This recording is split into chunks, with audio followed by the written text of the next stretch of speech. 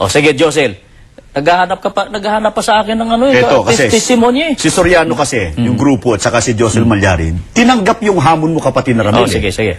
Ang sinasabi ganito, ano po sinasabi? magpakita ka raw ng otorisasyon na nakalagda ang kapatid na Eranio Manalo dun sa sulat na yon, na pagka natalo ka sa diskusyon, kapag natalo. parang matatalo talaga. Malabo yun, Eliseo Soriano. Ito, pag natalo ka raw, nakalagay doon, tatanggapin daw ng kapatid na Eranio Manalo na talo na rin siya at ang buong Iglesia ni Cristo. Reaksyon. Eto, Eliseo Soriano, call!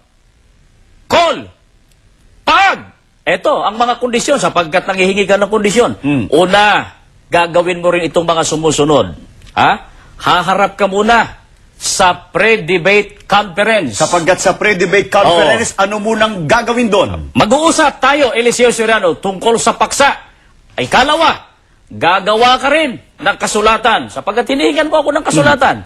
Na nakalagda ka. Ikaw mismo, na kapag ikaw ay natalo sa nasabing debate o sa gagawing debate. Hindi lang sa nakalagda, pati yung mga miyembro niya. Titigil ka na, Eliseo Soriano, sa pangangaral, sa radyo, telebisyon, at ititigil mo na rin yung panloloko mo sa iyong mga miyembro. Ito pa, ito pa ang sinasabi ko, ikatlo na kondisyon. Kailangan dalawa ang paksang pag-uusapan. Ang isa, ang haharap dyan, si Eliseo Soriano, at ang ikalawang paksa, kung hindi si Josel, na mali yung binasang Hebrew alphabet, si Daniel Rason, ang siyang titindig doon sa ikalawang paksa. At ikaapat pa, kapatid na Michael, pag natalo ka, Eliseo Soriano, dapat mong isauli lahat ng properties nakamka mo mula sa iyong mga miyembro. Ibabalik mo sa iyong mga miyembro. Dahil sa lahat ng properties nito, kapatid na Michael. Kanino nakapangalan? Nakapangalan kay Eliseo Soriano. Niloko ang mga miyembro nito. Kawawa yung mga miyembro payag ka ba, Eliseo Soriano?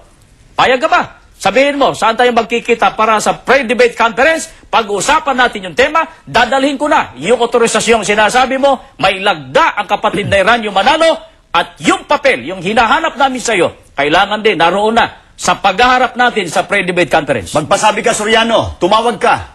981-4311. Uulitin ko.